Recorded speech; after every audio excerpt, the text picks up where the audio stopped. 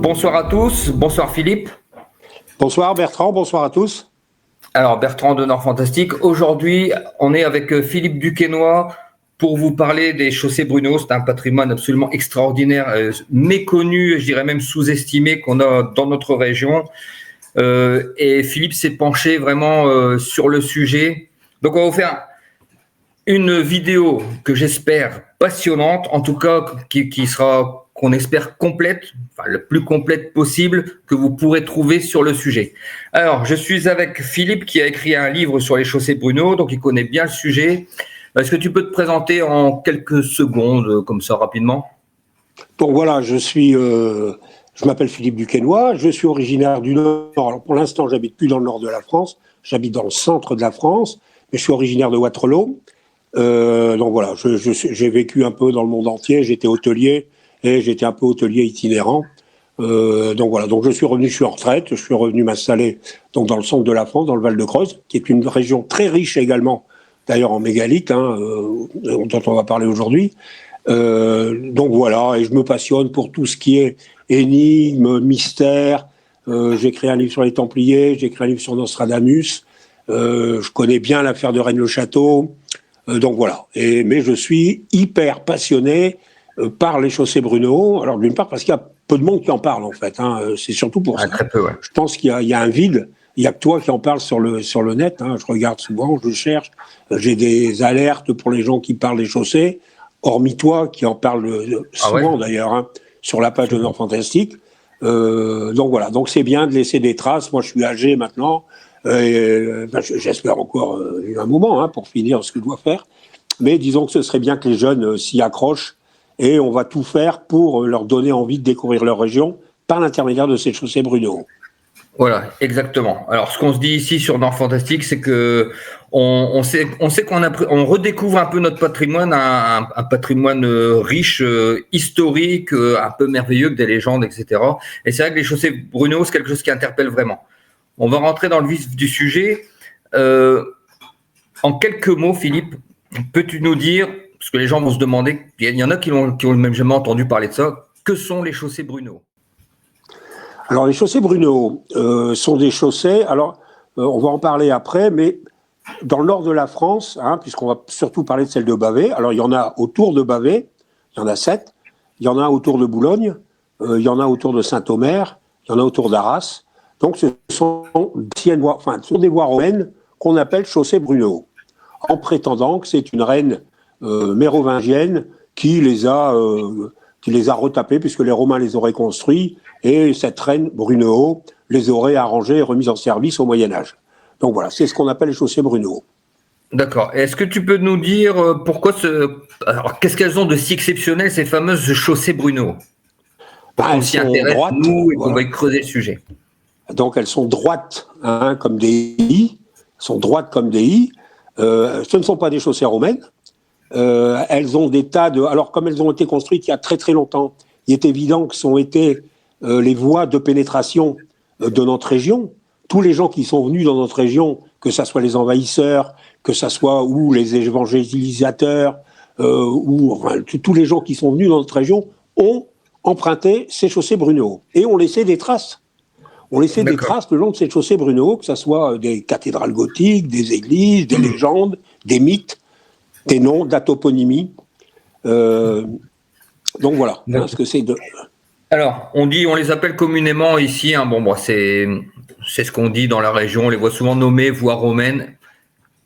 De quand penses-tu qu'elles datent, toi ? Est-ce que ce sont des voies romaines ?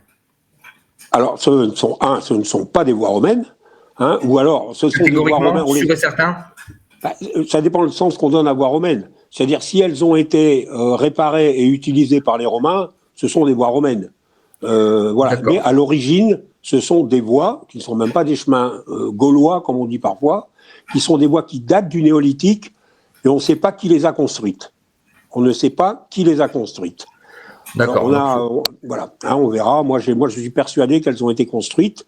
C'est d'ailleurs pour ça qu'on voit sur mon livre Stonehenge, en même temps que Stonehenge. Ça a été construit à ce moment-là. D'accord. Mais ça a été réparé par les Romains et utilisé par les Romains. Il n'y a pas d'ambiguïté. Donc, ce soir, avec Philippe, l'objectif, c'est pas seulement de vous balancer des trucs comme ça, L'objectif, c'est aussi de vous démontrer, donc Philippe va nous démontrer tout à l'heure, en quoi on est sûr aujourd'hui que ce ne sont pas des voies romaines, justement. Alors, elles dateraient donc du néolithique. Hein. Et est-ce qu'elles ont... Alors, on sait qu'il y a des légendes, hein, enfin, du moins qu'il y a des personnages légendaires hein, autour de cette chaussée, notamment le nom Brunehaut. Donc, est-ce que c'est la reine Brunehaut, Philippe? Est-ce que tu peux nous en dire un petit peu plus là-dessus? Alors, de toute manière, on n'a pas de certitude. On n'a aucune certitude. La seule chose qu'on puisse dire, c'est que dans le Nord, donc les chaussées de Bavay, il y a une légende qui voudrait qu'elles aient été construites par un nommé Brunehilde, donc qui est bien antérieure à la reine Brunehaut, qui, comme je l'ai dit, hein, est une reine mérovingienne, donc qui date du VIe siècle, alors que Brunehilde, il serait arrivé dans notre région au temps du roi David. Hein, donc on est en 1700, voilà, on est au deuxième millénaire avant Jésus-Christ. Donc on est très loin. Donc cette légende dans le Nord, on prétend, ce sont des moines hein, du XIIe siècle qui disent ça, c'est pas une légende récente, que c'est un nommé Bavot qui est arrivé dans notre région, son petit-fils Brunehilde a construit ces chaussées et a donné à ces chaussées le nom de Brunehilde. Mais on trouve aussi de ces chaussées dans le centre de la France, autour d'Autun par exemple. La reine Brunehaut, donc qui était la reine mérovingienne, est enterrée à Autun. Et on trouve également autour d'Autun des voies romaines qui sont appelées chaussée Brunehaut également. Donc on ne sait pas qui a copié sur l'autre, en fait. On ne sait pas qui ont... Voilà. On a quelques éléments de réflexion, hein. Notamment, on a au XVIIe siècle, on a Nicolas Berger, qui est un auteur, hein, qui décrit absolument toutes les voies romaines qui ont été construites dans tout l'Empire romain. Donc c'est aussi bien en Afrique, en Asie, en Europe, en Angleterre, partout. Il les décrit toutes. Et il fait une exception. Il dit que toutes ces voies-là ont été construites par les Romains, et lui fait une exception. Il dit, sauf celles qui ont été construites au pays des Belges, hein, il dit, puisqu'à l'époque on est la Gaule Belgique, au pays des Belges, elles auraient été construites par un nommé Brunehaut. Voilà. Donc on a quand même au XIIe siècle, au XIIIe siècle, au XIVe siècle et au XVIe. Alors au XIIe, XIIIe, XIVe, j'allais dire, c'est des légendes qui sont racontées. Donc on est bien obligé de les croire. Hein, on est bien obligé de croire aux gens qui ont raconté ces légendes. Mais Nicolas Berger ne fait pas partie de cette équipe. C'est un géographe, c'est un gars qui étudie l'Europe, qui étudie absolument toutes les chaussées qui ont été construites. Donc lui, il donne son avis en disant effectivement, dans le monde entier, les chaussées romaines ont été revendiquées par les Romains, sauf dans le Nord, où là, on pense que c'est un roi. Donc, il parle de Brunehilde, ici de Brunehilde. Alors, encore une fois, un petit détail, la première fois qu'on entend parler de Brunehaut comme étant le nom d'une chaussée, hein, parce qu'on peut dire c'est la reine Brunehaut qui a construit les chaussées, c'est pas pour ça qu'on les appelle les chaussées Brunehaut. Hein, il y a plein de gens, Louis XIV, il a construit des routes, on ne dit pas c'est la route Louis XIV. Donc, la reine Brunehaut ou Brunehilde auraient construit des chaussées, mais ils n'ont pas donné leur nom. Par contre, au XIIIe siècle, on trouve à côté de Soissons une voie qui s'appelle la Messière Brunehaut. Donc Messière, c'est un nom moyenâgeux qui signale un chemin dans un bois. Donc là, on a au XIIIe siècle la preuve, dans notre région, hein, entre Senlis et Sens, donc qui fait partie du réseau hein, qui part de Bavay, on a la preuve qu'il y avait une chaussée qui s'appelait Brunehaut. On l'a nulle part ailleurs. Hein, c'est différent de dire c'est Brunehaut qui a construit et on l'appelle la chaussée Brunehaut. Hein, parce que là, c'est tombé dans les mœurs, hein, puisque les gens disent tu vas où? Ben, je vais à la chaussée Brunehaut. Alors, comment? Alors, où est-ce qu'on les situe en France et principalement dans le Nord? Parce que c'est surtout le Nord qui nous intéresse, mais il y en a plusieurs. Donc, tu nous as dit qu'il y a des chaussées Brunehaut en France. Elles se situent où, en gros, les autres, très rapidement. Et ensuite, on verra celles qui nous intéressent, où est-ce que se situent précisément, jusqu'où elles vont, etc. Ouais, donc voilà. Donc, il y en a dans l'Est de la France, hein, dans l'Est de la France, qu'on peut plus ou moins raccrocher au réseau qu'on a dans le Nord. On va en parler après. Hein. Enfin, des Hauts-de-France, hein, c'est même pas Hauts-de-France, hein, c'est dans le Nord, puisqu'il y en a en Belgique, elle continue en Belgique. À cette époque-là, il est évident que les frontières n'existaient pas. Je veux dire, on en trouve beaucoup autour d'Autun. beaucoup autour d'Autun. Mais après, on a d'autres, on a d'autres voies particulières, des chaussées. Alors, ça s'appelle la chaussée de la Reine Anne, la chaussée de la Reine Christine, qui sont des voies romaines, mais qui n'ont pas pris le nom de chaussée Brunehaut. Il n'y a vraiment que dans le Nord où la tradition est restée. Dans le Nord, on a donné il y a des villages qui s'appellent Brunehaut. Il y a des lieux-dits qui s'appellent Brunehaut. C'est pas dans le Nord, on a vraiment en Belgique aussi, puisque Brunehaut c'est en Belgique. Dans le Nord, on a vraiment conservé ce nom-là. Alors, normalement, c'est Brunehilde. Enfin, Brunehilde, c'est le mot allemand, germanique de Brunehaut. Il n'y a pas d'ambiguïté. Quand les auteurs traduisent Brunehilde, ils écrivent Brunehaut en français. Donc, dans le Nord, celle qui nous intéresse. Alors, pourquoi celle qui nous intéresse ? Parce qu'il y en a à Thérouanne, il y en a à Saint-Omer, je le disais tout à l'heure, il y en a à Arras. Mais celle qui nous intéresse, pourquoi elle nous intéresse ? Parce qu'on a des témoignages écrits du XIIe siècle. Et c'est ça qui est intéressant. Au XIIe siècle, on a déjà des gens qui écrivent et qui racontent la légende de ces chaussées Brunehaut.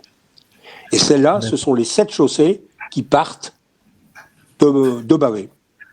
Donc, je vais mettre un petit visuel pour qu'on voit un peu les 7 chaussées qui partent de Bavay. Donc, ici, voilà. Donc ici, vous avez les 7 chaussées. Il y en a une qui va jusque Cologne, une jusque Utrecht, une jusque Gand, Tournai, Soissons, Reims, Trèves et Cologne. Donc là, vous avez le tracé, donc c'est vraiment des chaussées bien rectilignes. Ah mince, punaise. Elle est un peu particulière, comme celle d'Utrecht d'ailleurs, parce qu'en fait, il y a eu, vous savez qu'il y a une montée des eaux du temps de Charlemagne. Il y a eu un envahissement de la terre par la mer. Il y a eu une fonte des glaces, une petit réchauffement climatique. Donc, si les glaces ont fondu, l'eau a monté, et les routes celles de Gand et celles de Utrecht, ont été endommagées. Et on le sait parce que c'est signalé dans le livre. C'est signalé dans le livre, ce qui est quand même étonnant, parce que c'est écrit au XIIe siècle, mais ça part d'éléments climatiques qui ont lieu, eux, au IXe siècle. Alors, ce fameux livre-là dont tu parles, c'est une énigme. Est-ce que tu peux nous dire un peu, le livre de qui ? Donc, c'est le XIIe siècle, c'est le livre qui donne un peu ses origines aux chaussées Brunehaut. Est-ce que c'est bien ça ? Exactement. Pour dire le vrai, comme diraient certains. Pour dire le vrai, c'est au XIVe siècle que sort un livre qui s'appelle Les Annales du Hainaut, donc qui raconte l'histoire du Hainaut. Voilà. Donc c'est un nommé Jacques de Guise, qui est valenciennois, qui est enterré à Valenciennes. Donc c'est un nommé Jacques de Guise qui raconte cette histoire. Donc il dit que des gens sont arrivés d'Asie mineure après la guerre de Troie. Ils se sont installés à Bavay. Ils ont décrété que c'était leur territoire. Ils ont d'ailleurs une guerre avec les gens qui habitaient là avant. Ils les chassent, ils occupent leur territoire, et ce roi fait souche à Bavay. À l'époque, la ville s'appelle Belgis. Ça donnera le nom aux Belges, le pays des Belges. Donc il crée Belgis, il s'installe, donc il fait la guerre, il va faire la guerre contre les Tréviriens, contre pas mal de gens. Quand il a installé sa famille, son peuple, et qu'il est sur sa terre, Brunehilde, un de ses descendants, va construire ses chaussées. Donc c'est 7 chaussées, on dit la 8e, on l'a jamais retrouvée, mais bon, on parle toujours d'une 8e chaussée qui serait secrète et qui serait souterraine. Enfin bref, c'est pour ça que je l'ai mis sur la carte. La 8e chaussée, c'est la première fois que j'en entends parler. Exclusivité ce soir pour moi. Merci. Ici, elle passe à Famars, donc c'est pour ça Famars, où on parle toujours des souterrains qui permettaient de quitter Bavay pour sortir à Famars. Il y a une légende là-dessus. Enfin bref. Et c'est c'est cette chaussée, en fait, elle démarque le pays des Belges. C'est la limite du pays des Belges, c'est là où s'arrête la chaussée. D'accord. Ah oui. Voilà. Et c'est le pays, donc Bavot. Alors après, on en parlera peut-être, il faut en parler beaucoup plus longuement, peut-être un peu plus tard. Bavot, autour de ces chaussées, va créer un système politique, va organiser son pays avec des nobles, avec des gens qui sont tenus d'organiser les chaussées. Il va donner des couleurs, des noms de couleurs à ces chaussées, des noms de planètes, des noms de métaux. Voilà. Alors ça, c'est raconté par un nommé Jacques de Guise. Alors Jacques de Guise, il est intéressant, il sert de pivot en fait. Jacques de Guise dit qu'il a pris ces informations, ces textes, dans des auteurs flamands, ou qui habitaient quand je dis flamands, c'est qui habitaient en Flandre, et ils sont francophones, ils écrivent en français, du XIIe siècle. Donc il en donne quelques-uns, il donne Lucius de Tongres, il donne Nicolas Recléy, Clarambeau. Donc c'est des gens qui auraient écrit, d'ailleurs il reprend leur texte, il dit voilà ce que disait au XIIe siècle Lucius de Tongres, et il reprend entre guillemets, voilà ce qu'il disait, et Bavo construit les chaussées Brunehaut. Mais ces gens-là, on ne les connaît pas. On n'a pas de texte d'eux, on ne sait pas où ils habitaient, on ne connaît ces gens-là que par Jacques de Guise. D'accord. C'est parce que voilà. Alors, est-ce que Jacques de Guise a inventé ces gens du XIIe siècle pour donner un peu de crédit à son récit, en disant il y a longtemps qu'on raconte ça, il y a très longtemps qu'on raconte ça? Ou est-ce qu'effectivement, il y avait des textes qui existaient et Jacques de Guise a eu accès à ces textes-là, puisqu'il a écrit les Annales du Hainaut, donc il a eu accès à toutes les abbayes, toutes les bibliothèques qu'on trouvait dans le Nord et en Belgique à ce moment-là, et qu'il a effectivement trouvé les textes, donc il les a recopiés, mais on n'a pas la certitude. C'est une des raisons qui fait qu'on a longtemps considéré Jacques de Guise comme étant un fantaisiste. Ouais, c'est ce que j'ai vu aussi. Et c'est vrai que je me disais que, connaissant Jacques de Guise, c'est assez possible qu'il ait embelli ou, pour l'heure, on n'est pas capable de dire de toute façon si Lucius de Tongres il a existé ou pas. Là, on est obligé de s'en tenir à ce que dit Jacques de Guise, quoi. Bah, tout à fait. On s'en tient à Jacques de Guise. On dit voilà, Jacques de Guise, il a écrit ça en citant plusieurs auteurs. Ces auteurs, on n'en a jamais entendu parler maintenant, mais il faut savoir qu'on a eu accès maintenant à 10% des textes qui ont été écrits à l'époque. Il y a des centaines et des centaines de milliers de textes qui ont disparu. Et au plus on remonte dans l'histoire, au plus c'est vrai. Donc ces gens-là, ils sont du XIIe siècle. Voilà, donc on ne peut pas... Mais de toute manière, je ne crois pas que... Parce que, c'est pour ça que je disais que Jacques de Guise est un pivot. Il a écrit sur les chaussées Brunehaut en tenant compte d'auteurs qui auraient vécu avant lui, XIIe siècle, mais surtout, son livre a été traduit au XVe siècle. Et là, son livre a été traduit pour servir de base politique aux ambitions bourguignonnes dans notre région. Le livre a été pas traduit, parce il était écrit en latin, Jacques de Guise écrit en latin, donc il est traduit par un nommé Jean Vauquelin, qui est un bon ch'timi, un gars du Nord. Jean Vauquelin écrit le texte en français et il l'offre à Philippe le Bon, qui est l'héritier bourguignon. Alors là, on peut dire que c'est enjolivé, parce que là, on va donner une origine au comte de Hainaut, parce qu'il devient évidemment comte de Hainaut, Philippe le Bon. Donc on va donner une origine mythique au comte de Hainaut, qui viendrait de Troyes, qui viendrait de... Donc voilà. Donc il y a toute une progression du texte qui, au départ, est peut-être écrit par des gens du XIIe siècle, et eux, après, selon moi, ils racontent des légendes, et on verra. Ouais. Moi, c'est ce que je crois. On n'a pas la preuve, aucune preuve. Mais je crois que Lucius de Tongres, Recléy, Clérambeau ont existé, et que eux ont écrit des légendes qui couraient, des légendes qu'on racontait à la veillée, qu'on racontait sur les parvis des cathédrales, qu'on racontait dans les châteaux, parce que, et on le verra plus tard, il y a quand même des éléments du texte de Jacques de Guise qui correspondent à la réalité. D'accord. Et qui correspondent à des textes du XIIe siècle qu'on trouve en Angleterre, là. Mais là, c'est un autre, on en parlera plus tard. En tout cas, une chose est sûre, c'est que si Jacques de Guise a écrit sur les chaussées Brunehaut, et puis en plus, il a quand même... il parle des couleurs, tout ça, ça veut dire quand même que pour lui, tout au moins pour lui, les chaussées Brunehaut, c'est déjà quelque chose de singulier et d'important, j'imagine. Pour lui, enfin, il me semble, et surtout dans le texte de Vauquelin, ces chaussées Brunehaut sont la matérialisation d'un pouvoir politique. D'accord. Les chaussées Brunehaut, elles servent à structurer le pays d'une manière pratique. C'est des routes, ça permet de se déplacer, ça permet de construire des villes, de faire du commerce. Donc, pratiquement, c'est utile, mais également d'une manière spirituelle. La route, elle va relier à un passé qu'on raconte et qu'on veut merveilleux. D'accord. C'est-à-dire, On on veut ancrer le pays des Belges avec une origine d'ailleurs différente de toutes celles qui existent à l'époque, c'est-à-dire les Français, les rois français qui viennent, entre parenthèses, également de notre région, puisque les premiers rois français, ils sont installés à Tournai, mais ils ne sont pas de la même lignée que Bavaud, j'allais dire. Ils sont pas de Bavay, il y a toujours une lutte entre Bavay et Tournai. Mais bon. D'accord.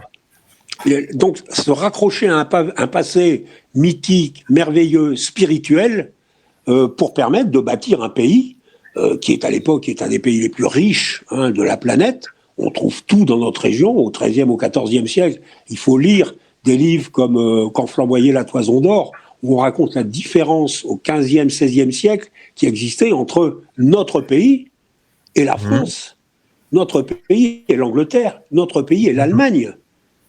On était New York, on était la City, on était tout l'argent était chez nous, la technique était chez nous, le commerce était chez nous. Donc on voulait rattacher, pour maintenir, j'allais dire, l'unité de ce pays, des Belges, qui étaient attaqués de toutes parts, par les Anglais, par les Français, par les Allemands, par tout le monde, par les Vikings. On voulait le prémunir en s'inventant un passé merveilleux, un passé brillant, un passé légendaire qui devait perdurer à travers les siècles, selon les auteurs. Alors là, on vient de parler un petit peu des écrits, des suppositions, des légendes. Maintenant, les chaussées Brunehaut, concrètement parlant, parce que je vois que sur ton livre, là, je vois qu'il y a des mégalithes. Alors, est-ce que tu peux expliquer pourquoi, déjà, les chaussées Brunehaut, ce ne sont pas des voies romaines? Alors voilà, pourquoi ce ne sont pas des voies romaines? C'est important, parce qu'il y a encore des gens, il suffit d'aller sur le site web de la ville de Bavay, et vous verrez ce qu'ils disent des chaussées Brunehaut néolithiques. Pour eux, c'est toujours de la fantaisie, c'est toujours, alors ouais, peut-être qu'il existait des petits chemins, voilà. Non, il n'existait pas de petits chemins, c'était des routes. Et ces routes, alors on a plusieurs preuves. Alors la preuve, les deux preuves les plus importantes et les plus évidentes, elles ont été apportées par un ingénieur du début du 19e siècle, qui s'est nommé Léon de Sailly, qui a écrit alors il n'a pas écrit de livres, mais il a écrit des articles très sérieux dans la Société des antiquaires de France, dans la Société préhistorique de France. Donc Léon de Sailly, c'est quelqu'un d'important et de sérieux. Donc lui, il a fait deux remarques. Et c'est lui qui s'est aperçu, c'est lui qui s'est aperçu que c'était pas des chaussées romaines. Il a commencé à faire des articles dans les années 1920 en posant la question aux archéologues, en disant mais j'ai l'impression que c'est pourquoi c'est pas. Alors voilà. Donc ça, il a symbolisé, j'allais dire le réseau de Bavay. Donc vous retrouvez les routes. Et lui, il s'aperçoit qu'à l'époque, il y a 18 mégalithes qui bordent ces routes. Alors les mégalithes, c'est quoi? C'est des menhirs, c'est des cromlechs, c'est des dolmens qui sont le long de ces routes. Et on a des alignements, notamment vers la Sambre, vers Sarre, vers Pont-sur-Sambre, on a des alignements qui sont extraordinaires. Donc on ne peut pas imaginer. On a des alignements mégalithiques dans la région. On est bien en train de parler de ça. Il y a des alignements mégalithiques. Voilà. Et maintenant, tous les gens qui s'occupent de mégalithisme l'ont reconnu, ça. Il y a plus ils s'intéressent pas encore aux chaussées Brunehaut, mais ils reconnaissent qu'il y a des chaussées qui sont longées par ces monuments au moins, mégalithiques. De bonne foi, ils peuvent pas s'empêcher de constater que les chaussées sont bordées de mégalithes, de toute façon. Voilà, on peut pas imaginer qu'une voie romaine, alors qu'il y a 12 menhirs dans la nature, ils arrivent à faire une route droite qui passe à côté de ces menhirs. C'est possible quand il y a 2 menhirs, on peut les rejoindre. Dès qu'il y en a 3, c'est plus possible. Ou alors, il faut construire la route, ramener des menhirs par cette route et poser le menhir à côté, généralement sur une élévation. On le voit bien, par exemple, avant de Gy-sur-Écaillon, où le menhir, on voit, il a été mis en hauteur, mais il passe à proximité de la chaussée Brunehaut. Donc ça, c'est le premier point qui est. Alors, en plus, on a, toi, tu les connais bien, Bertrand, mais il y a une bonne vingtaine de mégalithes encore présents dans notre région. Ouais. Il y a des centaines de lieux-dits, la Longue Borne, la Haute Borne, les Cailloux, les Pierres, Carrefour Saint-Roch, tous ces gens-là qui ont été soit christianisés, soit qui ont été donnés à des... parce que les menhirs ont été détruits, mais on a le souvenir du menhir en donnant le nom du lieu-dit. Oui, c'était la Haute-Borne. La Haute-Borne. Donc la Grande Pierre. La Grande Pierre. Et il y en a des centaines qui sont toujours le long des chaussées Brunehaut, comme par hasard. Et en plus, il y a un autre... on a maintenant des témoignages parce que les gens s'intéressent à ça. Et on trouve des témoignages, comme moi, j'ai mis au fond, en annexe de mon livre, un texte que j'ai retrouvé du 19e siècle, d'un abbé qui s'appelle l'abbé Villers, qui est totalement inconnu, mais j'ai retrouvé son texte par hasard, j'ai eu de la chance, mais lui donne, il a travaillé au 19e siècle, avant les 2 guerres mondiales. Les 2 dernières guerres mondiales, c'est elles qui ont mis le plus d'impact sur les routes, pour beaucoup de raisons, et facilement compréhensibles, puisque dans notre région, c'est toujours ici qu'on fait la guerre. La seule chose, quand il y a des étrangers qui viennent chez nous, c'est pour faire la guerre. Donc, il y a eu beaucoup de choses qui ont été détruites, mais lui, au 19e siècle, l'abbé Villers, il en parle de ces chaussées Brunehaut. Et ils disent où elles passent. Et donc, il donne des noms de lieux-dits, il donne des noms de pierres qui ont été démolies, qui existaient. Il ne parle pas, lui, il parle de chaussées romaines, il ne parle pas de chaussées mégalithiques. Voilà. Alors, c'est peut-être pour un petit mot, peut-être pour des raisons religieuses. Ah oui, peut-être oui. C'est toujours compliqué pour les chrétiens du 19e siècle d'admettre qu'il y a des civilisations avant l'Empire romain et avant l'Astoria. Voilà. Mais il parle beaucoup des voies romaines, en fait. D'accord. Le deuxième argument de Sailly, ouais. Il y a celui des menhirs. Le deuxième, c'est la forme des chaussées. Les voies romaines ne sont pas construites comme les chaussées Brunehaut qui partent de Bavay. Les voies romaines, les voies romaines, il y a quand même des techniques. Elles doivent toujours avoir un peu de dévers. Donc elles peuvent pas toujours passer dans la plaine.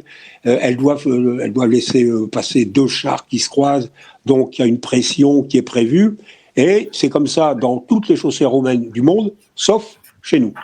D'accord. Donc nos chaussées Brunehaut ne correspondent pas à la construction romaine. Au niveau de la structure, c'est même pas pareil. Voilà. D'accord. Et après, il y a 2 autres preuves. C'est 2 batailles.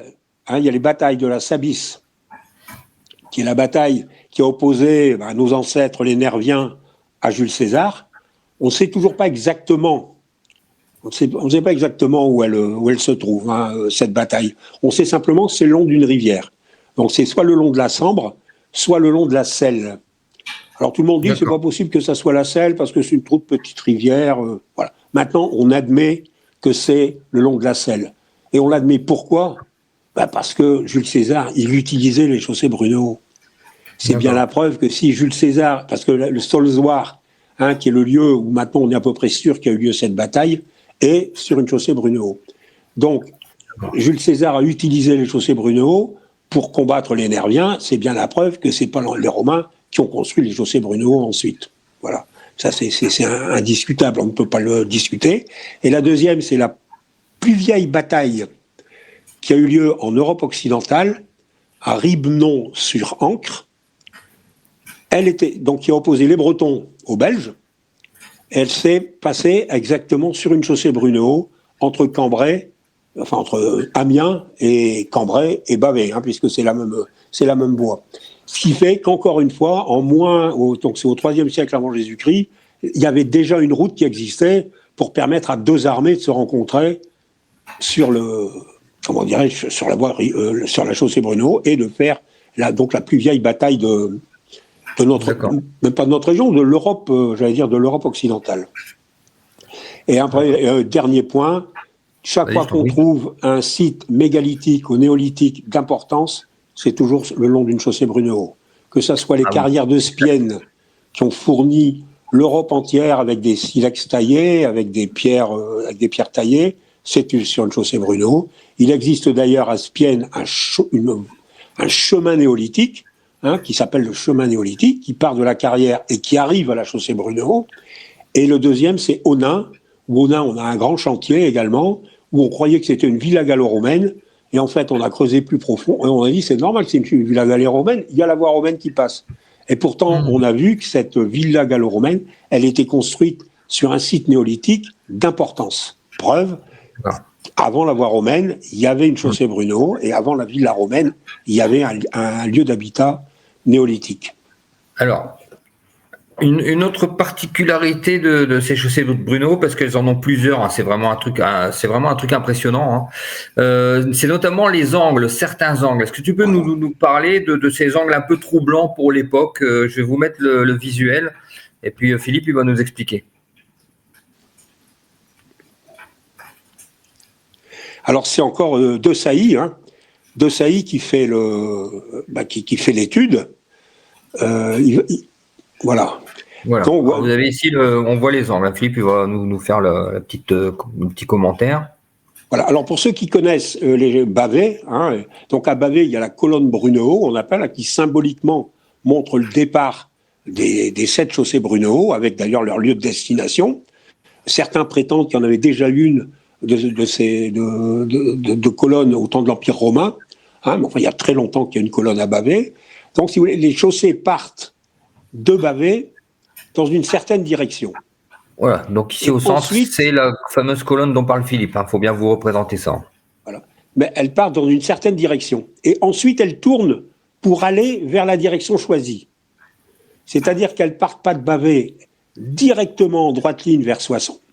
Elles vont partir quelques kilomètres dans une certaine direction, et ensuite elles vont tourner. D'accord. Ah, je vais regarder parce qu'il me semble que je l'ai ce schéma-là. Voilà, c'est De Sailly, c'est-à-dire je l'ai agrandi, je l'ai croisé, hein, donc voilà. Je vais le remettre, je l'ai ici. Voilà. Et ce qui fait que c'est celui-là, c'est bien celui-là. Voilà, même si là également, voilà, les routes, on voit les chaussées Brunehaut, elles partent, elles s'en vont, et juste après elles tournent un peu, hein, on le voit toujours, il y a toujours un endroit où elles font un angle pour se rendre vers Amiens, vers Beauvais, vers Reims, vers Utrecht, vers Cologne. Ouais, on le voit un peu mieux sur ce dessin-là. Hein. Voilà, on voit elles partent pas de Bavet directement vers Reims, par exemple. Vous voyez, elles tournent un peu au niveau là. Elle tourne juste avant la Sambre. Elle va se redresser pour partir plein sud presque. Oui. Hein, et après, vous voyez, hein. Voilà, et on voit l'alignement là, Pont-sur-Sambre qui s'en va, hein, sur la droite de la diapo, qui est pas surligné, là où on voit chaque fois qu'il y a un petit nom, on voit c'est écrit, c'est à chaque fois un mégalithe. Hein. C'est un alignement très remarquable. Hein. Chaque fois qu'on voit une petite et qui est écrit quelque chose. Hein, là, évidemment, sur la diapo, on voit pas bien, sur le livre, on voit mieux. C'est une pierre qui existe encore, ou qui a été détruite récemment. Donc, ce serait bien de remettre le schéma avant. Donc, on comprend bien, hein, les routes partent de Bavet dans une certaine direction. Et après, elles tournent. Voilà. D'accord. Donc... Alors, on voit là les angles de 37 degrés. Ça c'est incroyable quand même. Hein. Là, je la vois bien. C'est bon? Ok. Voilà, donc, ça a été ramené, j'allais dire, au centre de Bavet, et ça a été prolongé dans la direction que ça prenait à Bavet. Hein, je le répète bien. Ce qui veut dire que, par exemple, de Bavet, Gand n'est pas exactement à 37 degrés du nord. Hein, c'est pas. La route a tourné avant. Voilà. Mais par contre, la direction prise au départ de Bavet, c'est celle qu'a relevé De Sailly. D'accord, ok. C'est bien de préciser parce que c'est vrai qu'on aurait pour se laisser, voilà. Parce que sinon, les gens c'est pas possible. Cologne, c'est pas possible qu'il y ait un angle droit, c'est pas possible qu'il y ait une bissextrice, c'est pas possible qu'il y ait 37 degrés. Mais ce sont bien les routes qui partent de Bavet. Et ça, on les fait démarrer selon l'angle qu'on veut. On les fait démarrer pendant 1 kilomètre à tel angle, et après on dit, bah non, de toute manière, Reims c'est par là, et on fait tourner la voie à ce moment-là. Voilà, il faut bien comprendre ça. Est-ce qu'on a mentionné le fait, Philippe, je ne me rappelle plus, qu'elles aboutissent tous à des villes qui ont une cathédrale. Je ne sais plus si on l'a mentionné. Mais pour moi, ça, c'est pas un détail, c'est assez intéressant. Il y a quelque chose à vraiment pousser là-dedans, d'autant plus si on part sur le fait que c'est une chaussée avec des mégalithes. Bon, ceux qui connaissent la géobiologie, je sais que c'est pas trop ton truc, mais tu connais quand même. Les énergies, ce qu'on appelle les ley lines, hein, des flux énergétiques qui traversent la Terre. Ça fait sens pour moi, hein, mais bon, moi, tu sais bien que je suis un peu plus dans ces trucs-là. Et pour moi, ça fait tout à fait sens. Il y aura quelque chose quand même qui pourrait ressembler vraiment aux alignements de Bretagne, tout ça, avec vraiment des directions voulues, des angles. et de l'énergie. Bon, ça fera l'objet d'un truc un peu plus détaillé plus tard, mais je pouvais mentionner quand même. Non, mais tu as entièrement raison.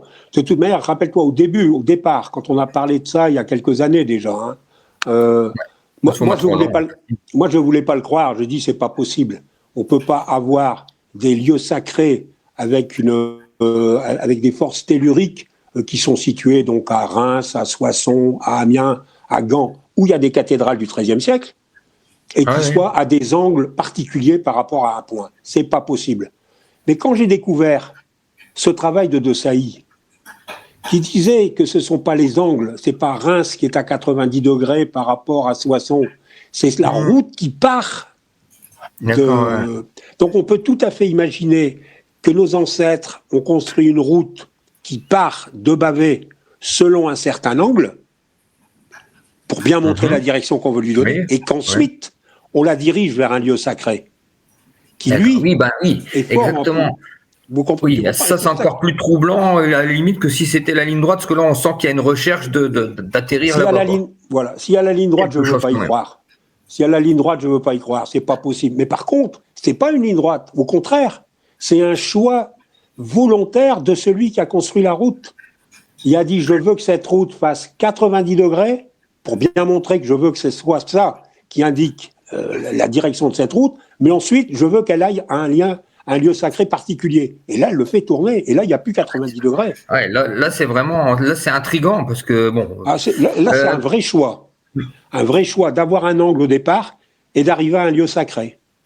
Ah oui, il est évident que j'ai marqué dans mon livre, j'ai donné toutes les cathédrales, bien sûr, mais il y en a que certaines où j'ai un peu été plus loin.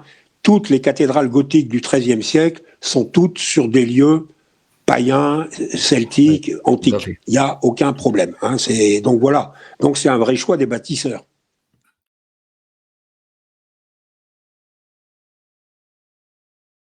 Voilà, ce qui est important de dire, parce qu'après il faut s'arrêter sur cette carte, il faut, tu le sais, ça correspond aux alignements de Stonehenge. Hein, il y a exactement, on retrouve exactement les mêmes orientations à l'époque. Hein, il faut voir expliquer le nord, pourquoi il y a un nord rouge. Justement, c'est ce que j'allais te demander, Philippe. Ce serait intéressant que tu nous expliques les deux petites lignes qu'on voit, parce que bon, moi pareil, c'est un truc que je savais pas du tout. Hein, tu me l'as appris l'autre jour quand on a fait, quand on en a parlé. Mais pour les gens qui nous regardent, c'est vachement intéressant aussi. Ça, hein, là, tu peux nous dire un peu l'histoire de la ligne rouge là, du nord et puis celle. Voilà. Alors la ligne rouge. La ligne rouge, c'est le nord actuel. D'accord. Actuellement, c'est le nord. Hein, voilà, c'est ça. C'est la ligne rouge, ça indique le nord. La ligne verte, ça indique le nord plus 4 degrés. D'accord, on voit en haut marqué plus 4. Voilà. Alors, on sait que le nord, il est déterminé par l'étoile polaire. Hein, c'est-à-dire que l'étoile polaire, elle est exactement dans l'alignement du nord, dans l'alignement. Alors, il y a un pôle magnétique, il y a ceci, cela. On ne va pas discuter de ça. C'est dans le nord, on prend l'étoile polaire, on regarde la direction, on dit voilà, c'est le nord. Hein, pourquoi ? Parce que l'étoile polaire ne bouge pas par rapport à la Terre. Hein, elle est toujours dans l'axe de la Terre, ce qui fait qu'on voit toujours. On la voit toujours comme ça. Alors, Desailly remarque que toutes les voies de Bavay, les 7 voies de Bavay, sont orientées selon des directions particulières, alors mais pas en fonction du nord, rouge, en fonction d'une ligne qui est égale au nord plus 4 degrés. D'accord. Nord plus 4 degrés. Alors pourquoi nord plus 4 degrés ? Moi je pense, et certains pensent aussi, qu'en fait, à l'époque du temps au néolithique, on ne considérait pas la même étoile polaire que maintenant.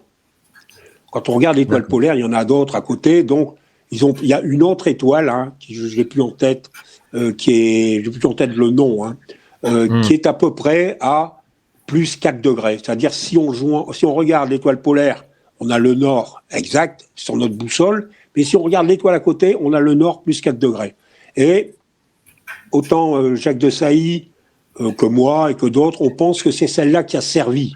C'est pas une erreur. Ils se sont pas trompés de 4 degrés. Oui, voilà, à l'époque, le nord, c'était pas exactement le même que maintenant.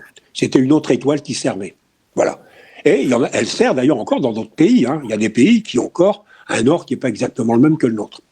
Et à partir donc de cette ligne verte, j'ai noté aussi, c'est Jacques de Sailly qui le note, dans le bas on voit qu'il y a une petite étoile, hein, on voit 37 sur la ligne verte, il y a une petite étoile, il y a une pierre, hein, il y a une pierre particulière qui est exactement située sur cet axe. D'accord. Hein, oui, le menhir de Prichard. C'est un tout petit caillou aujourd'hui, mais oui, c'était une pierre. C'était une grande, voilà. Ouais. Et selon, parce que ça existe également à Stonehenge, selon Jacques de Guise, ça a servi de visée pour tracer fictivement ce nord plus 4 degrés, cette ligne verte, pour bien montrer que ce n'était pas que les angles qui ont été pris, on peut parler des angles maintenant, ils n'ont pas été pris au hasard. Ils ont été pris à partir de cette ligne verte. Puisque à partir de cette ligne verte, il n'y a pas de voie, hein, sur la ligne verte, comme il n'y a pas de voie qui part au nord.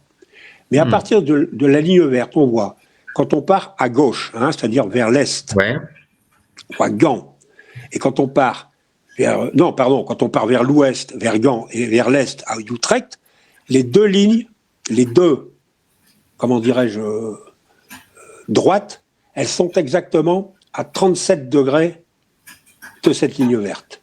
Ce qui est quand même un étrange hasard si jamais c'en était un, quoi. Voilà.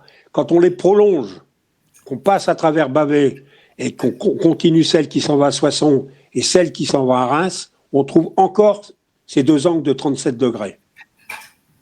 D'accord. Donc ça, c'est quand même troublant pour l'époque, vu qu'on sait maintenant qu'elles datent du néolithique, quand bien même elles auraient daté des Romains, mais bon, datant du néolithique, de plus forte raison, 37 degrés à cette époque-là, c'est quand même incroyable.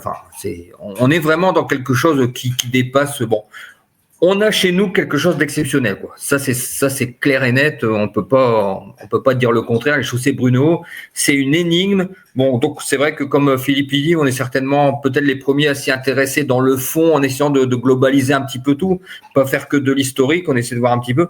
Mais il y a vraiment, on a quelque chose de très costaud chez nous. Je me suis pas encore vraiment penché sur l'histoire des lieux sacrés, mais bon, j'ai ma petite idée là-dessus. On en rediscutera. Mais il y a quelque chose là-dedans qui est quand même vraiment impressionnant, quoi. Alors après, quand on prend la droite qui part donc d'est en ouest, là, hein, on voit Amiens, Trèves. Encore une fois, je rappelle, si on prend la route qui s'en va vers Amiens, si on suit cette route-là, on n'arrive pas à Amiens. La route, elle descend après. Mais c'est la route d'Amiens qui part de Bavay sur quelques kilomètres. Elle tourne après Saint-Val-la-Vallée. Hein, quand on voit Saint-Val-la-Vallée, elle va tourner après. Ouais. Donc, quelques kilomètres, elle prend cette direction-là. Et cette direction-là, elle traverse la ville de Bavay et en ligne droite, elle continue vers Trèves. Et là, encore une fois, on remarque 90 degrés entre l'axe vert, nord à 4 degrés, la route de Trèves et la route d'Amiens, elles sont à 90 degrés exactement. Quand même. Si ça, c'est pas troublant, honnêtement, c'est 90 degrés, 37 degrés, on voit bien sur le schéma, là, c'est vachement bien fait. Hein. Et donc, la dernière route, puisque là, il y a 6 routes pour l'instant, 6 routes, puisque le rouge et le vert, ce sont des lignes fictives. Donc, les 6 routes, 37 degrés au nord, 37 degrés au sud, à l'est, à l'ouest, des deux côtés. Celle qui est à 90 degrés, qui s'en va soit à l'est, soit à l'ouest, il reste la dernière, celle de Cologne. Celle de Cologne, elle est à 61 degrés de la ligne verte, le nord plus 4 degrés. 67, elle est à 65 degrés, j'allais dire, du nord véritable, actuel. Et cette direction de 65 degrés du nord véritable, c'est le lever du soleil au solstice. C'est exactement la même direction que celle qu'on trouve à Stonehenge. Et à Stonehenge, encore une fois, c'est marqué par une pierre. Il y a la pierre, ce qu'on appelle la pierre du talon, qui signale que c'est pas un hasard. Ils ont mis une pierre en disant, on l'a fait exprès, la preuve, voilà la pierre. Donc quand il était au centre de Stonehenge, quand j'allais dire au solstice, quand le soleil se levait, c'était juste derrière la pierre du talon, là, on l'appelle la Hill Stone. Et cette route qui va à Cologne, qui est toute seule, elle se prolonge pas, celle qui va à Cologne, elle prend exactement la même direction que la route de Stonehenge. Ah non, alors ça c'est incroyable. Alors, non seulement elle prend la même route que Stonehenge, mais en plus c'est le solstice, hein, c'est ça? C'est le Solstice solstice. d'hiver. Ah oui, solstice Et d'hiver. on voit qu'elle Voilà. ouais, en plus elle est seule, donc on voit vraiment, enfin là-dedans, je dirais comme ça, en profane comme ça, je dirais que bon voilà, si elle est isolée, qu'elle donne le solstice, c'est que c'est vraiment une route qui était faite dans ce but-là uniquement, quoi. On va dire celle-là destinée au lever du soleil, j'imagine. Hein. C'est incroyable. On peut Et c'est pas imaginer. pour rien qu'en plus il y a une cathédrale là-haut. Hein. Enfin, voilà, je pense. Ah non, c'est. Alors en plus, je précise, ce dessin, il a été fait en 1920. Les relevés, ils ont été faits en 1920. Parce qu'à 1920, oui. Il y avait encore. Bavet a enfin, souffert, hein, mais pas trop de la guerre 14. Hein, c'est après qu'il a commencé à avoir. Hein, on a refait la ville, on a beaucoup travaillé la voirie, puisqu'on n'était pas persuadé hein, de ça. On croyait simplement qu'il y avait. On ne savait même pas d'ailleurs hein, qu'il y avait le forum. Le forum, il a été redécouvert hein, très tardivement. Donc, ça, c'était fait en 1920 par un ingénieur. Par un gars qui écrivait dans la Société préhistorique française. C'est pas un huluberlu qui écrivait des livres d'ésotérisme. Hein. C'est un ingénieur. Ouais. Voilà. Excuse-moi, je te coupe non, rapidement. Pas, on peut trouver Léon Dessailly, on peut trouver ses écrits sur Persée, hein, il me semble. Hein, voilà, sur Persée. Alors, dans mon livre, je donne ces textes parce qu'il y a des gens, je sais, qui n'aiment pas trop lire sur Internet. En plus, c'est vrai que c'est écrit, c'est sympa. Moi, j'aime bien. Mais enfin, je ne sais pas si tu te rappelles. Enfin, si tu vois Persée. Il redonne les textes de l'époque. Ah oui, donc, avec les graphiques de l'époque, oui. Voilà, donc souvent c'est très petit, c'est assez compliqué à lire, et bon, il y a 25 pages, quoi. Donc, pour les gens qui n'aiment pas, je les ai repris le texte de Dessailly parce qu'ils sont capitaux pour cette affaire. Dessailly, si un jour on arrive, mon rêve, hein, et on en parlera, hein, c'est-à-dire d'essayer le classement de ces routes au patrimoine mondial hein, de l'humanité, hein, de l'UNESCO, hein, parce que... Pourquoi pas? Bien sûr, pourquoi pas? Parce que c'est unique. Hein, il y en a pas deux dans le monde. Puis là, on vient de voir quand même que c'est incroyable. Tu viens de le démontrer, c'est incroyable. Voilà. Et c'est parce qu'on est des gens du Nord. Tu sais, les gens du Nord, on se tait toujours. Nous. D'abord, on s'intéresse pas trop à ce qu'il y a. Tu le vois bien. Tout ce que tu as découvert, toi, depuis que tu as commencé ta croisade. Je vois sur ta page Facebook qu'il y a 40 000 personnes, 20 000 personnes qui regardent, qui sont passionnées, simplement parce que tu regardes autour de toi, mais tu dis, ben ouais, il y a ça. J'ai vu, t'as encore mis une chapelle là, de Saint-Iltrude cet après-midi. Il y a des gens qui habitent à côté, ils ne savent même pas qui l'a. On est comme ça dans le Nord. On n'est pas fiers, on n'est pas prétentieux, on n'est pas orgueilleux. Donc, on n'aime pas dire. Pourtant, on a de quoi, on devrait l'être un peu plus. Parfois, il faut savoir lever la tête et dire, voilà quoi. Bon. En tout cas, les chaussées Bruno, il y a quelque chose. Elles permettent surtout, si tu veux, d'aller vers des tas de choses, vers les menhirs christianisés, vers les fontaines sacrées. C'est-à-dire les chaussées Bruno, c'est des voies, mais c'est pas la voie qui est intéressante, c'est pas la route, on même pas pris. C'est tout ce qu'il y a autour de la route. Tout ce qu'il y a autour de la route. Des légendes, à Bavet, il y a pas mal de légendes aussi du côté de Bavet. Hein. Philippe, est-ce qu'on peut prendre quelques secondes ou une minute ou deux pour parler de ton livre? Parce que là, si vous êtes intéressés, Philippe, il a fait un travail. Honnêtement, moi, je m'intéresse aux chaussées Bruno, pas autant que Philippe. J'aime bien les chaussées Bruno, mais je connais très peu. Philippe, lui, par contre, c'est son truc. Il aime les chaussées Bruno, il connaît bien. Bon, vous venez de voir, il a creusé, s'est cassé la tête et vous a fait ce magnifique livre que j'ai lu. Je ne sais pas si j'étais le premier, mais en tout cas dans les premiers, j'imagine. Ah ouais, des premiers. C'est vraiment passionnant. C'est un livre écrit par un passionné. Et moi, je me considère comme un vulgarisateur, donc je donne des petits morceaux si pas. C'est jamais très très très complet. Tandis que là, Philippe, lui, c'est quelqu'un qui va chercher dans le détail, qui rationalise énormément et qui donne aussi des données scientifiques, voilà. Et puis il y a une grande connaissance, même s'il n'aime pas trop que je dise ça, mais voilà. Donc c'est un livre qui est uniquement sur les chaussées Bruno, écrit par Philippe, ici présent, et qu'on peut trouver, il me semble, sur Amazon, c'est ça? Je mettrai le lien. Si vous voulez. Voilà, sur Amazon et également. Pour ceux qui n'aiment pas Amazon, hein, je les comprends. Il y en a. Il y a un libraire qui est un ami, La Rose Rouge, je te donnerai ici les coordonnées il s'appelle Tony. Je mettrai en lien sous la vidéo tout ce qui te concerne, si tu as des sites, le lien du livre, etc. Je vous invite vraiment, enfin moi personnellement, ce livre-là figure dans ma petite bibliothèque du Nord fantastique, enfin des choses mystérieuses, parce qu'il mérite vraiment sa place. Et c'est le seul ouvrage, je dis bien le seul, aujourd'hui, qu'on ait sur les chaussées Brunehaut qui soit de cette qualité, parce que c'est vrai que comme Philippe le disait au début, sur les chaussées Brunehaut, on a à peu près rien quoi en fait. On a Jacques de Guise, on a un peu Léon de Sailly, moi qui a quand même bien des gros trucs, mais attends, on va pas attends, je vais lire parce qu'il y a quand même des gens dans l'ESCO mystérieux. On parle un peu des chaussées Brunehaut, on parle un peu des chaussées Brunehaut dans la Flandre, je sais plus comment c'est, la Flandre mystérieuse de Facon. On en parle un peu. Mais c'est vrai qu'on en parle toujours d'une manière. D'abord, on remet toujours en question Jacques de Guise. Hein, on n'a pas approfondi Jacques de Guise. Moi, c'était la première chose que j'ai faite, savoir est-ce que Jacques de Guise peut être pris au sérieux ou est-ce que c'est vraiment un fumiste.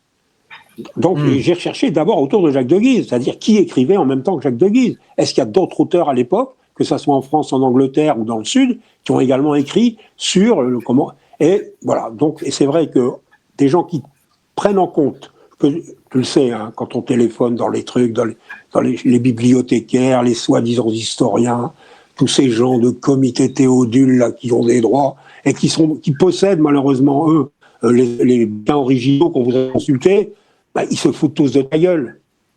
Jacques de Guise, il a écrit des conneries. Les gars, jamais ils ne font l'effort d'aller voir un peu plus loin. Heureusement qu'il y en a un au 19e siècle qu'il a fait, qui s'appelle Fortia d'Urban. Il faudrait une émission rien que sur lui, qui a tout repris le travail de Jacques de Guise et qu'il a mis en français et qui est disponible en entièreté sur Internet. Il faut reconnaître que c'est un peu chiant. Hein. C'est écrit du 14e siècle.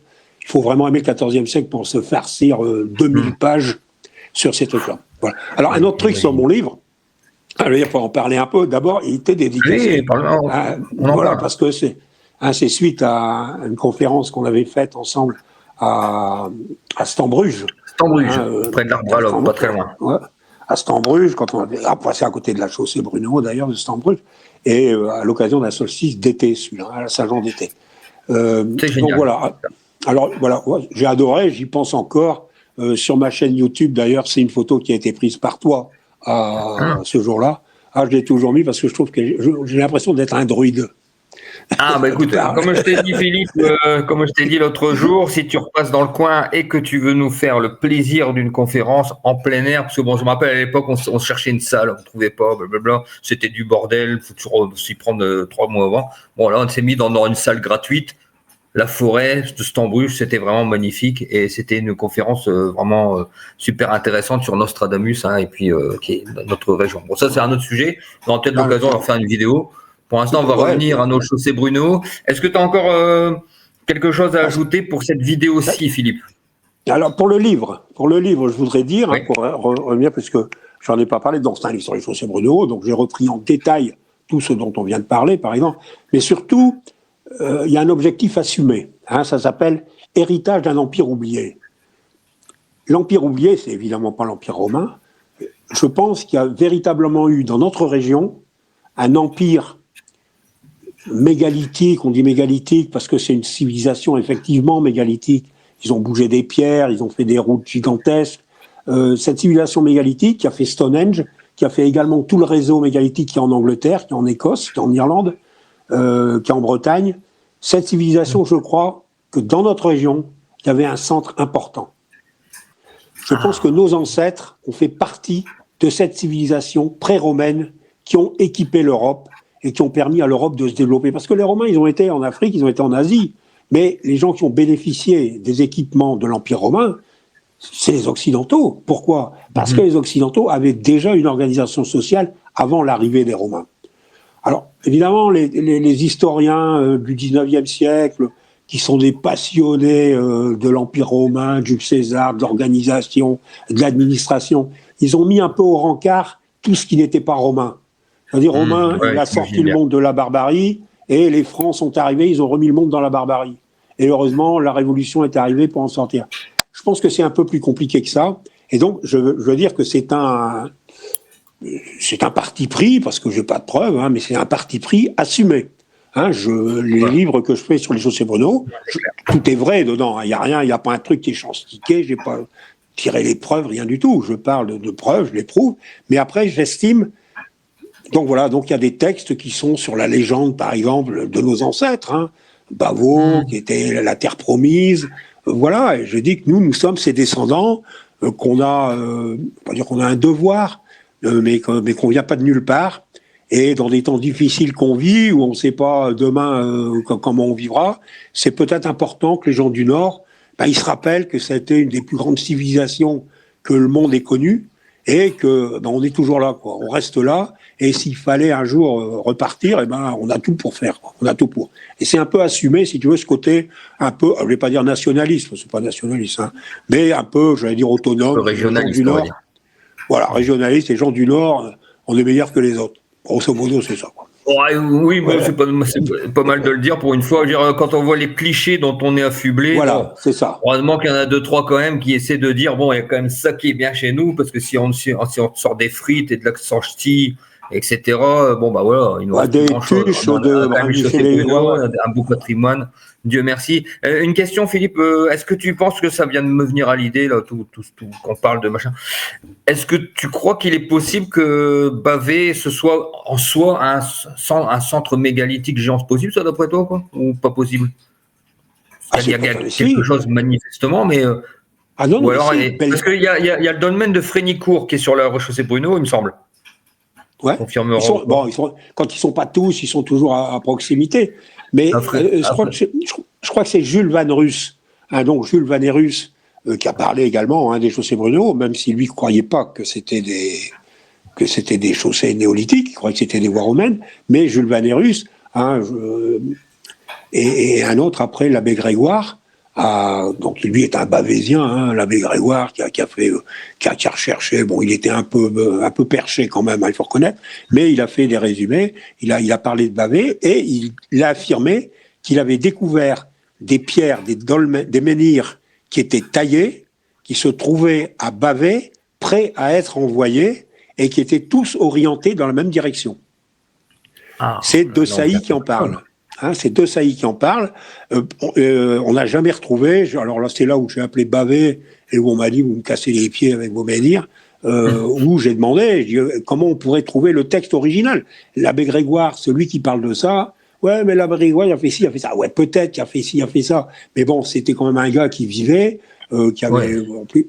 Et il vivait à Bavé. Il a vu ses menhirs. Il n'a pas écrit ça. Il a écrit ça à l'époque. C'est comme si moi j'écris en 2025. qu'en face de chez moi, il y a un menhir, et je le publie, les gens vont voir que c'est pas vrai, si c'est pas vrai. Donc voilà. Mais donc Bavé a sans doute été, c'était d'abord un centre administratif, un centre religieux. D'ailleurs, Jacques de Guy il parle de tous les hôtels qu'il y a autour de Bavé. On le voit sur les routes, ils ont des noms, Mercure.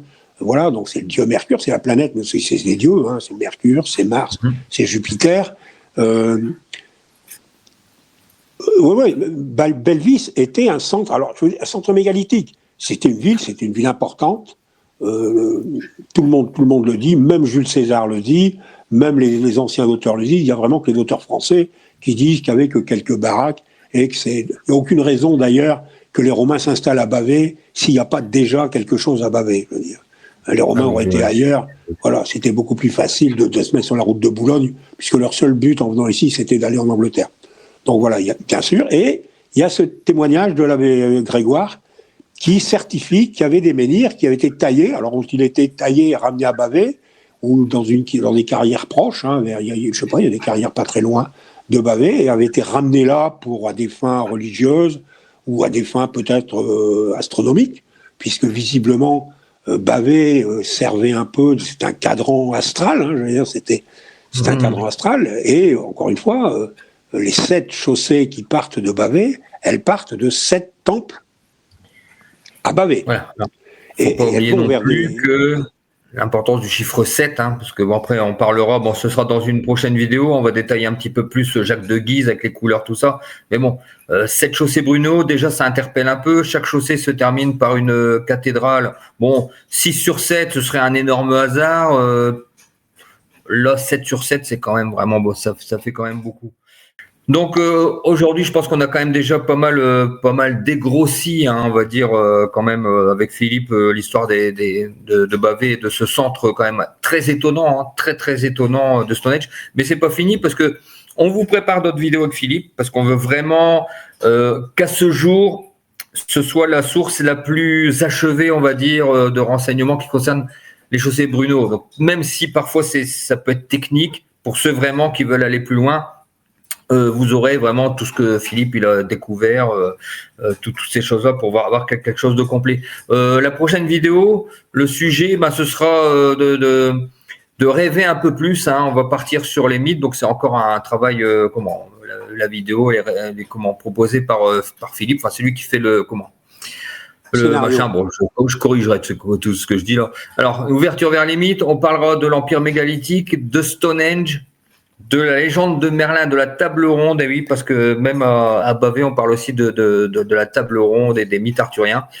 Origine des Européens. On va également aborder l'Atlantique et le Dogger Bank. Tu nous expliqueras ce que c'est que le Dogger Bank. Nous parlerons tradition et légende, utilisation politique et formation de la France. Donc ça, c'est tout un programme. Alors, si vous êtes intéressé par la suite, tout ça concerne évidemment, bien entendu, les chaussées Bruno et uniquement les chaussées Bruno. Hein, c'est notre sujet sur sur les prochaines vidéos. Philippe, je te laisse le mot de la fin.